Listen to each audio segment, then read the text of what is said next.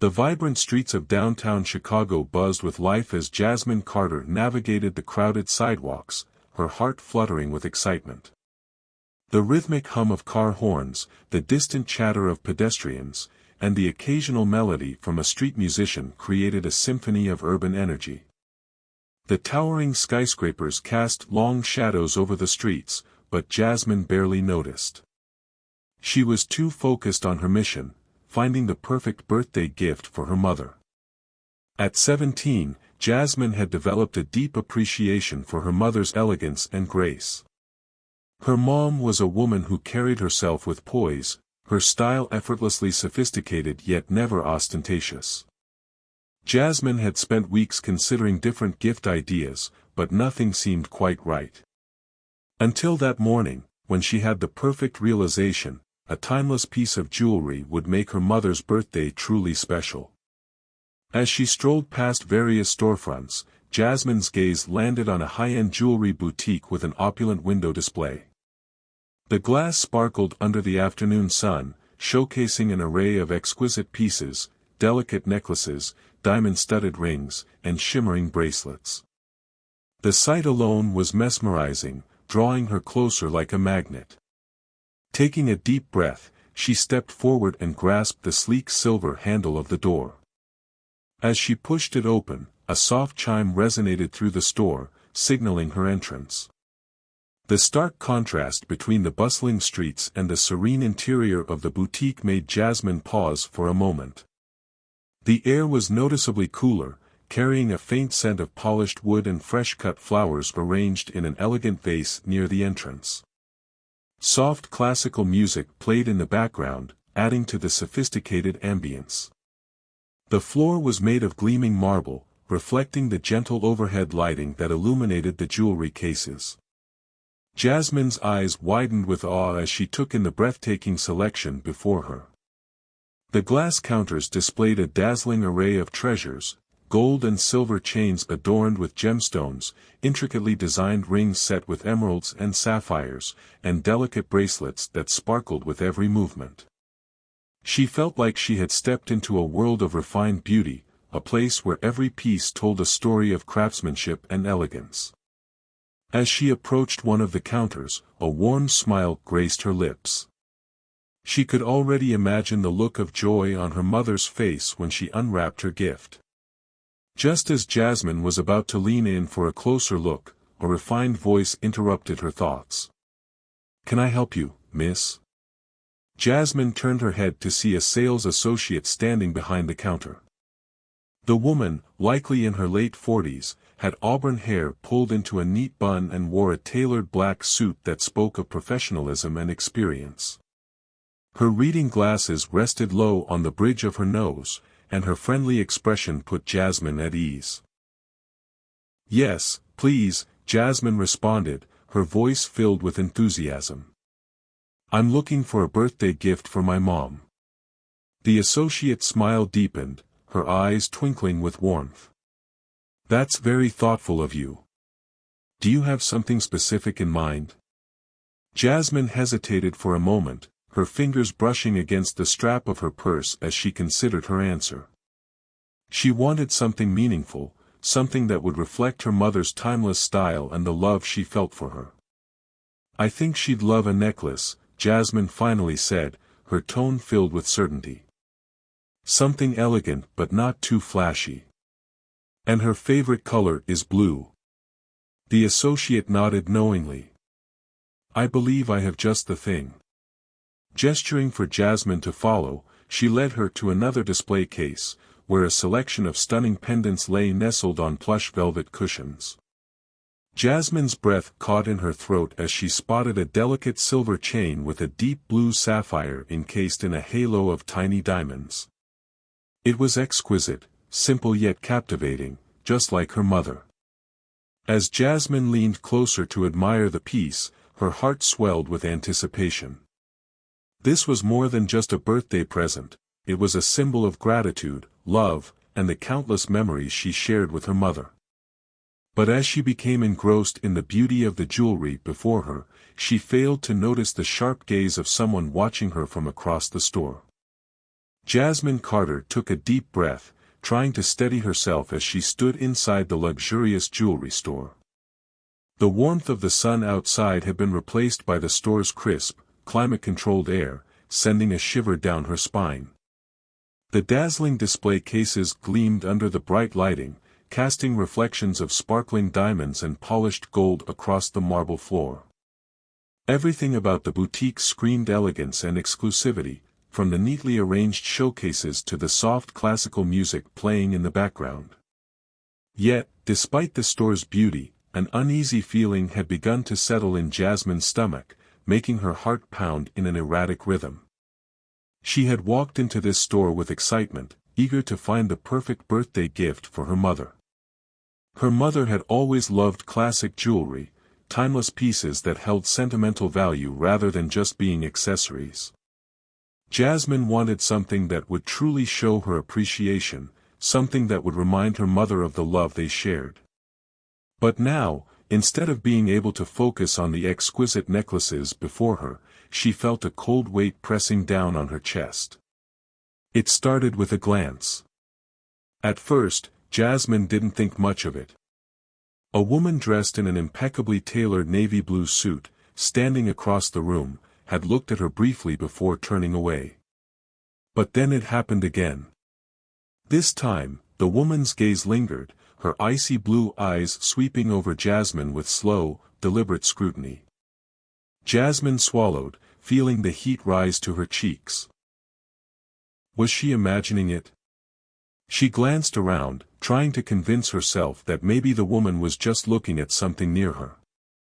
But there was nothing, just the display case filled with delicate silver and sapphire pendants. Jasmine's fingers twitched as she turned her gaze back to the jewelry in front of her, determined to ignore the growing sense of unease clawing at her chest. But then, out of the corner of her eye, she saw the woman lean toward one of the store employees, whispering something in hushed tones.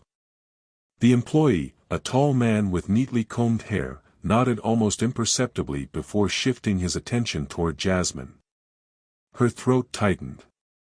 She had seen that kind of look before, suspicion masked under professional politeness. Her hands trembled slightly as she reached for a simple but elegant silver chain adorned with a small sapphire stone. Her mother would love this.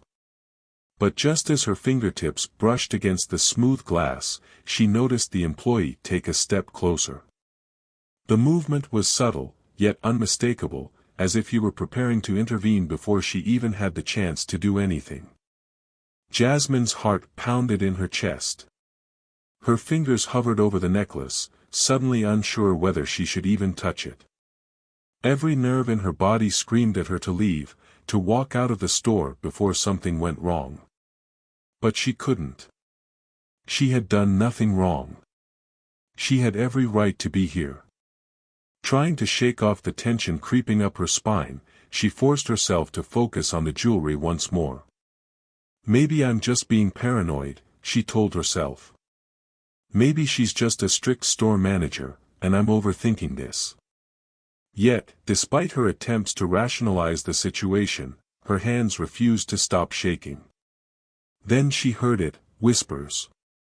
They were faint but unmistakable, coming from behind her. Jasmine stiffened, keeping her gaze trained on the display case, but her ears strained to catch the words. She's been hovering around that display for a while now, a woman murmured. Watch her closely. A cold shiver ran down Jasmine's spine. She squeezed her hands into fists, her nails digging into her palms to keep them from trembling. The whispers were about her.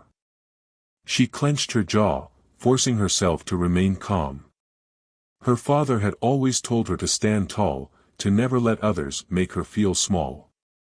You belong wherever you decide to be, Jasmine, he would say. But at that moment, standing under the weight of judgmental stares, she felt like she was shrinking. The store, once warm and inviting, now felt like a cage closing in around her. The elegant decor, the soft music, the scent of expensive perfume in the air, none of it felt welcoming anymore. It felt suffocating. Jasmine's breath hitched as she saw the employee take another step closer. She wasn't sure if she could bear to look at him, but before she had a chance to move, a sharp voice sliced through the tension. "Excuse me, miss." Jasmine's stomach dropped. Slowly, she turned her head to find herself face to face with the same well-dressed woman who had been watching her earlier. Up close, her expression was even colder, her lips pressed into a thin, disapproving line. Jasmine could see the name tag pinned to her blazer, Margaret Sterling, store director.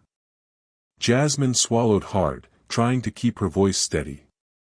"Yes," she said, though it came out weaker than she had intended. Margaret's eyes swept over Jasmine from head to toe before landing on her bag. "I couldn't help but notice you've been lingering near that display for quite some time," she said smoothly, though there was an unmistakable edge to her voice. "Is there something in particular you need assistance with?" Jasmine's pulse pounded so loudly she could barely hear her own thoughts. She took a steadying breath. "I was just looking for a gift for my mother." Margaret's lips twitched, but it wasn't a smile. "Of course," she said, though the skepticism in her voice made Jasmine's skin crawl. "Would you like me to set something aside for you? Or were you simply browsing?" Jasmine knew exactly what she meant. Browsing wasn't really the question here. Margaret was waiting for her to make a wrong move, to give her an excuse. Her fingers curled at her sides. She wanted to tell Margaret exactly what she thought of her assumptions, to call her out for treating her differently. But she knew how these situations played out. Her father had taught her how quickly things could escalate, how unfair the world could be. Forcing a polite smile, she straightened her shoulders. "I'll let you know if I need help," she said, her voice stronger this time. Margaret studied her for a long moment before giving a curt nod. "Very well," she said. "Let us know if you find something you'd like to purchase." With that, she turned and walked away, but Jasmine could still feel the weight of her gaze, as well as the stares of the employees. The store hadn't gone silent, but it felt silent, like everyone was just waiting for her next move. Jasmine inhaled deeply, her hands trembling at her sides. The silver necklace still sat in the case in front of her, glistening under the lights. It was beautiful. It was exactly what her mother would love. But at that moment, it no longer felt like something she could buy. It felt like something she had to prove she had the right to buy. And that made her heart ache. Taking one last look at the necklace, she slowly stepped back from the counter. Her excitement, her joy, everything she had felt before stepping into the store was gone. In its place was humiliation, anger, and a deep, sinking disappointment. With a final glance toward the employees, Jasmine turned on her heel and walked toward the exit, her heart heavy with frustration. She hadn't stolen anything. She hadn't done anything wrong. But as she stepped back onto the busy Chicago streets, she couldn't shake the feeling that she had still been punished for something invisible, something that was never really about the jewelry at all. As Jasmine stepped out of the jewelry store, the cold suspicion and suffocating tension inside finally gave way to the fresh air and familiar chaos of the Chicago streets.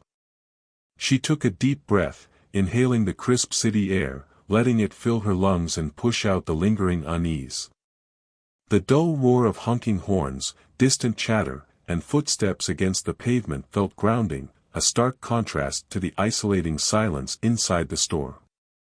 For a moment, she just stood there, blinking against the bright afternoon sun, trying to process what had just happened.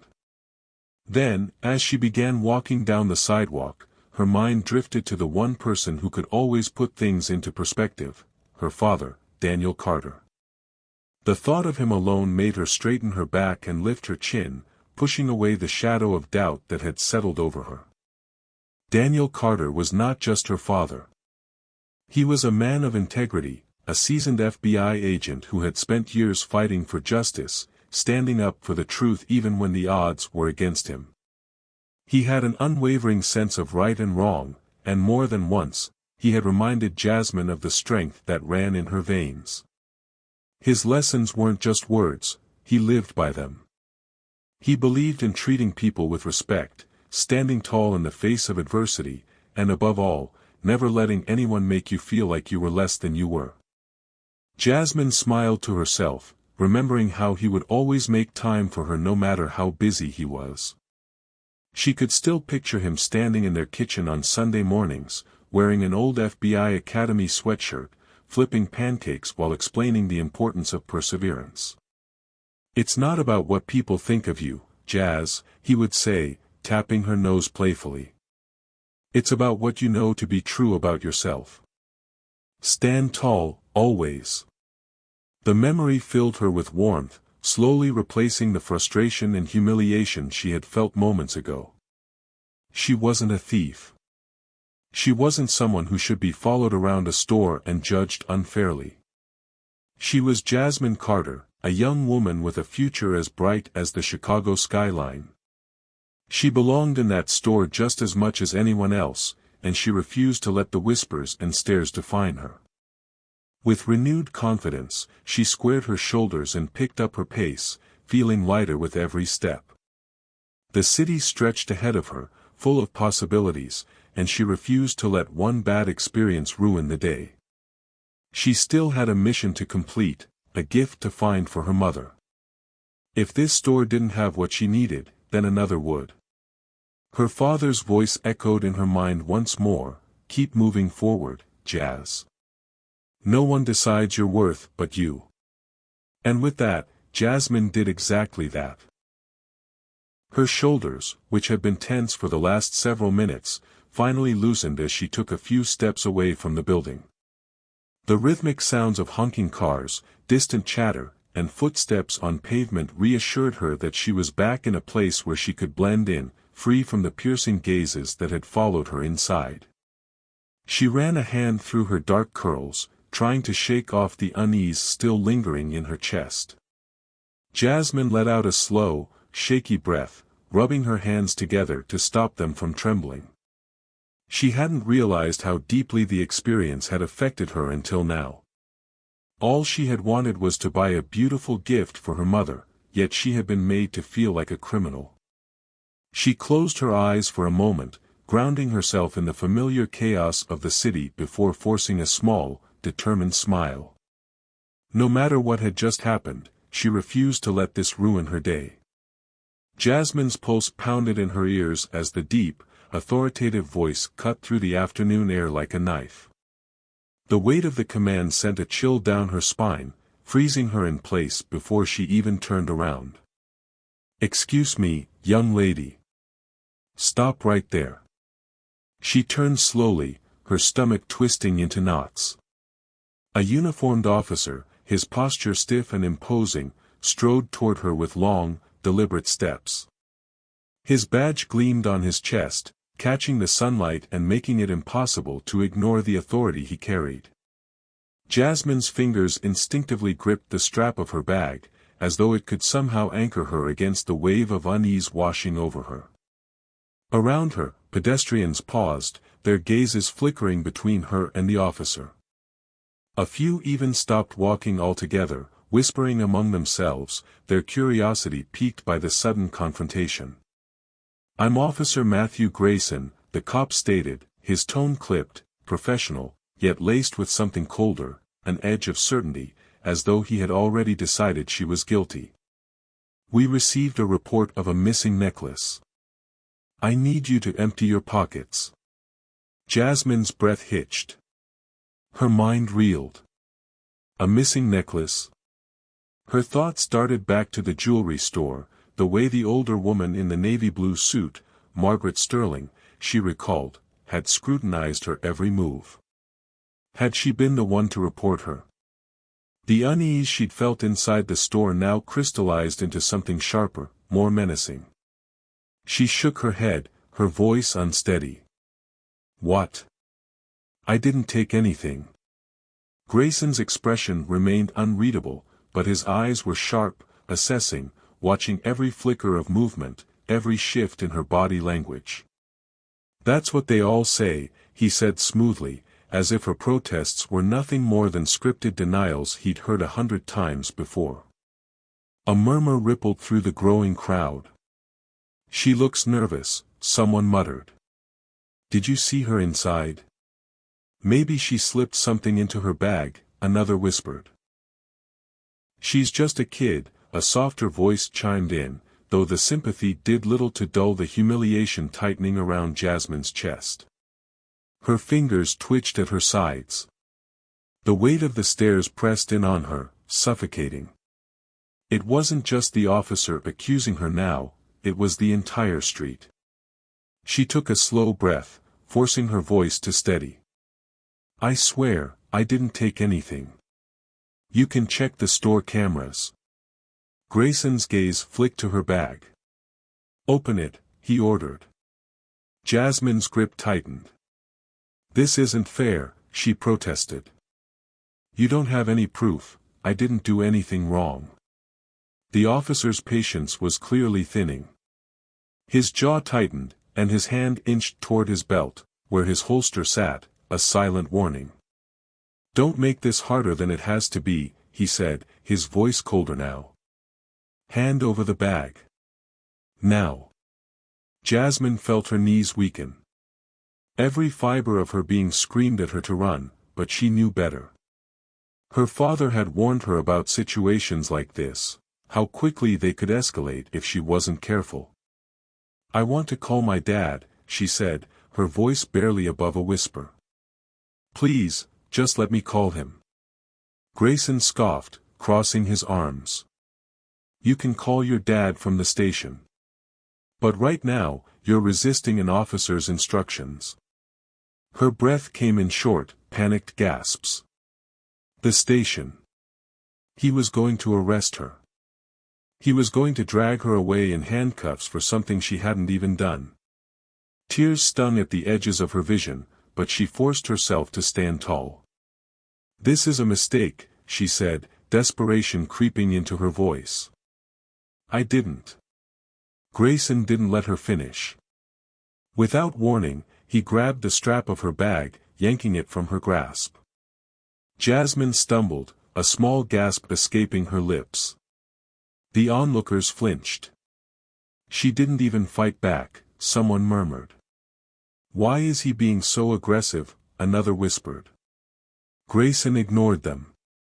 With practiced ease, he unzipped the bag and dug through its contents, his expression impassive. Jasmine watched, her heart hammering against her ribs as he pulled OU. "Pear."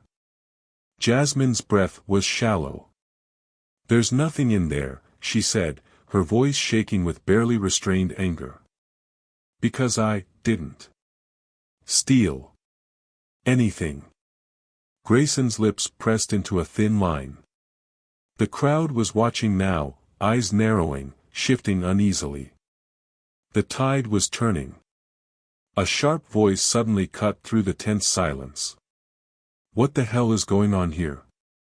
The crowd instinctively parted, revealing a tall, broad-shouldered man moving with controlled urgency. Jasmine's breath caught. Daniel Carter. Her father. He strode forward, his gaze locking onto Grayson with an intensity that sent a ripple of unease through the officer's stiff demeanor. His badge, FBI, was already in his hand, glinting in the sunlight like a silent warning. Grayson hesitated.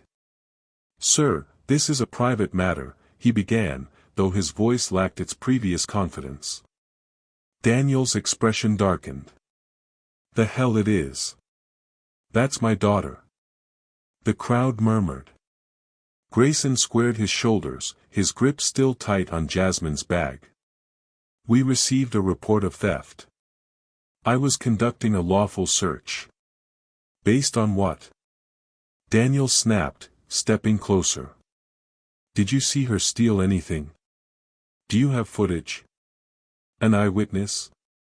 Or did you just take the word of the first person who pointed at her?" Grayson's fingers twitched. "We're still investigating," he muttered. Daniel's jaw tightened. So, you have nothing. He exhaled sharply, shaking his head in disgust. Let me be perfectly clear, Officer Grayson. You just unlawfully detained and publicly humiliated a 17-year-old girl with no probable cause. If you so much as touch her again, I'll make sure you answer for it. Grayson clenched his jaw, but he didn't argue. His radio crackled. Officer Grayson, report back to the precinct immediately. The cop's nostrils flared. He cast one last, lingering look at Jasmine before finally shoving her bag back at her. This isn't over, he muttered before turning and striding away. The moment he disappeared, Jasmine felt her legs give out. Daniel caught her before she could collapse, his arms wrapping around her in a protective embrace. It's okay, sweetheart, he murmured. You're safe now. Jasmine buried her face in his chest, hot tears slipping down her cheeks. As the last of the crowd dispersed, Daniel pulled back slightly, his sharp gaze scanning her face. Jasmine clung to her father as though he were the only thing keeping her grounded in reality. Her entire body trembled, her breath coming in ragged gasps as she struggled to process what had just happened. She had been humiliated, accused, treated like a criminal for no reason other than suspicion. The weight of it crushed her, the fear, the helplessness, the injustice, it was too much. Daniel Carter tightened his hold around her, his large, protective frame shielding her from the lingering gazes of onlookers. His heartbeat was steady beneath her ear, a stark contrast to the erratic pounding of her own. He could feel her shaking, her fingers clutching at his jacket like she was afraid to let go. You're safe now, he murmured softly, his voice calm and unwavering.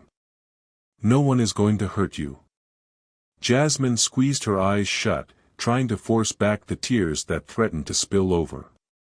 But the moment she tried to speak, the dam broke.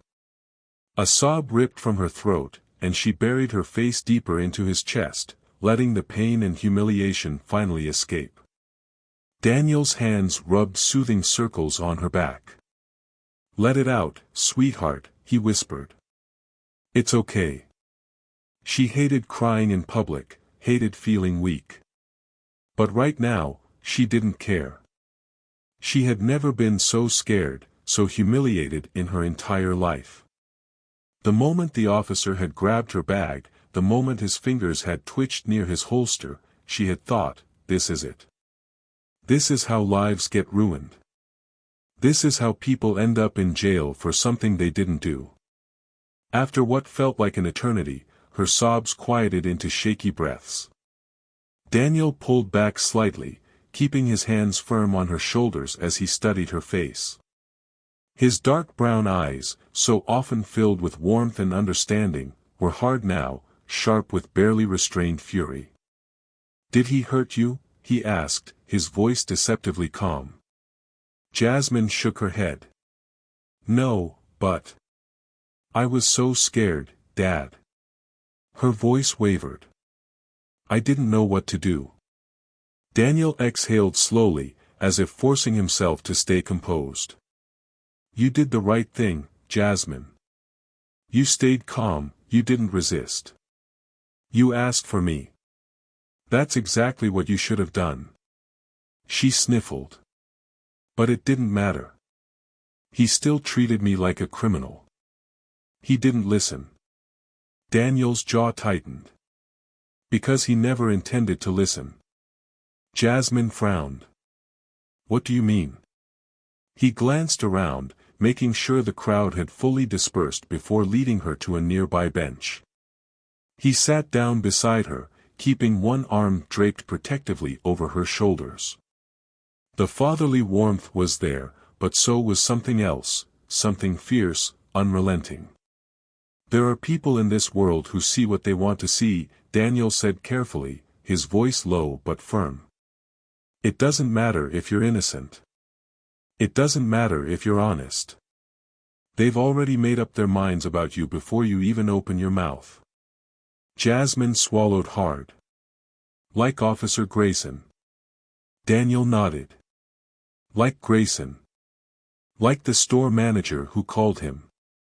Like whoever whispered in his ear that you were guilty without a shred of proof. A fresh wave of frustration bubbled in her chest. Why? I didn't do anything.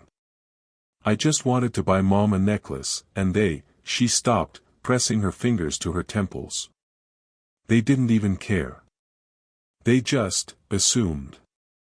Daniel's fingers curled into a fist for a brief moment before he took another slow breath. That's why this isn't over. Jasmine looked up at him, confused. What do you mean? He met her gaze with unshakable resolve. I'm going to investigate this. She blinked. You, what? Daniel's expression was unreadable, but she knew him well enough to recognize the steel behind his words. They tried to frame you, Jasmine. I'm not going to let that slide.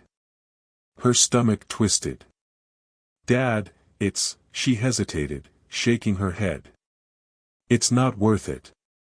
It's just some rich woman who got nervous, and a cop who humiliated you, Daniel interrupted. Who tried to take you to the station over nothing. Who would have arrested you if I hadn't shown up? Jasmine didn't know how to respond. Because he was right. She had seen it in Grayson's eyes, he wasn't looking for the truth. He had already decided she was guilty the moment he saw her. Daniel's voice softened, but the determination didn't waver. This isn't just about today, sweetheart. If they did this to you, they'll do it to someone else. A girl who doesn't have an FBI agent for a father. A kid who doesn't know what to say. Someone who won't get the chance to call for help. Jasmine shivered at the thought. Daniel leaned forward slightly, his eyes locked onto hers. I need you to tell me everything. From the moment you walked into that store. Every detail, no matter how small. Jasmine hesitated, but only for a second. She took a deep breath, wiping the last traces of tears from her face, and began. I went into the store to look at necklaces for Mom, she said. Everything was fine at first. The woman behind the counter was polite, but then, she hesitated. Then I saw her. Who? Jasmine clenched her fists. Margaret Sterling. The woman in the navy blue suit. She was watching me the whole time, Dad. Not just looking, watching. Like she expected me to do something. Daniel nodded. And then? I ignored her at first, Jasmine admitted. But then she whispered something to the employee behind the counter. I didn't hear what she said, but after that, the woman started hovering around me, like she was waiting for me to mess up. Daniel's eyes darkened. And when you left the store? That's when Officer Grayson showed up, Jasmine finished. It was barely a minute after I stepped outside. Daniel exhaled sharply. So the call came in immediately. Jasmine nodded. That means it was premeditated, Daniel muttered. They didn't see you steal anything. They assumed you did. They didn't even check the security footage before calling the cops. Jasmine swallowed. What does that mean? Daniel's jaw tightened. It means I have a name. Margaret Sterling. He pulled out his phone. And I'm going to find out exactly who she is. Jasmine watched as he typed with practiced efficiency, pulling up databases she wasn't even sure civilians had access to. A few seconds later, he frowned. What is it? She asked. Daniel's eyes flicked to her. She's not just a store manager, Jasmine. She's the owner. Jasmine's stomach dropped. So she wasn't just suspicious of me, she wanted me out of there. Daniel's expression turned unreadable. And I'm going to find out why. Jasmine let out a slow, shaky breath. She wasn't sure what scared her more, the fact that this had happened, or the fact that it was just the beginning. But for the first time since the incident, she wasn't afraid. Because her father wasn't just comforting her. He was preparing for war. That night, as the city of Chicago hummed with the distant sounds of sirens and the low murmur of traffic, Daniel Carter sat in his dimly lit study, staring at the computer screen with an intensity that could have melted steel. His fingers hovered over the keyboard, his mind running through every possibility, every detail of the day's events, replaying Jasmine's trembling voice, her tear-streaked face, the humiliation she had endured. The anger simmered beneath his skin, a slow burn that only grew hotter with every passing second. He had spent his entire career as an FBI agent fighting against injustice, tracking down criminals, dismantling corruption, and ensuring the law served those who needed it most. But tonight, this wasn't about just another case. This was personal. Margaret Sterling. That name had already been etched into his memory. He had spent the last hour digging through databases, pulling every piece of information available on her. Born into wealth, a graduate of an Ivy League school, the sole owner of the prestigious Sterling Jewelers, a chain that prided itself on exclusivity. But behind the polished exterior, Daniel found traces of something darker. A history of quietly settled complaints, subtle patterns of racial discrimination, unreported cases of harassment that never made the news but existed in whispers and hushed conversations. She was powerful, connected, and most likely protected by people who would rather keep the status quo intact than face accountability. Daniel exhaled slowly, pressing his fingers against his temples. His instincts told him that this wasn't just about one false accusation. It wasn't a simple mistake or paranoia on Sterling's part. It was calculated. The moment Jasmine had walked into that store, she had been targeted. And that meant this wasn't over. His eyes flickered toward the file he had compiled on Officer Matthew Grayson. A decorated cop on paper, but the deeper Daniel dug, the more red flags appeared. Complaints of excessive force, multiple reports of racial profiling, and a disturbing pattern of unwarranted stops that had all conveniently been swept under the rug. He had friends in high places, superiors who protected him, covered for him, and made sure he never faced real consequences. It disgusted Daniel. He had met officers like Grayson before, men who believed in their own authority more than the law, men who abused their power because they knew they could get away with it. Not this time. Daniel's grip tightened around the edge of his desk. He had two names. Two people who had made a terrible mistake by targeting his daughter. The next step was clear. He needed proof. Solid, undeniable evidence that would dismantle their defenses. He needed to find the security footage from the jewelry store, the unedited version, before it could be doctored or conveniently deleted. And he needed to expose Grayson's pattern of misconduct, make sure his badge was stripped from him before he could ruin another innocent life. But that wasn't enough. Daniel had seen too many corrupt figures slip through the cracks. He knew that even with the truth on his side, men like Grayson and women like Sterling always had one last card to play: connections. If he wanted to take them down, he needed to hit them where it hurt. Their reputations. Their wealth. Their influence.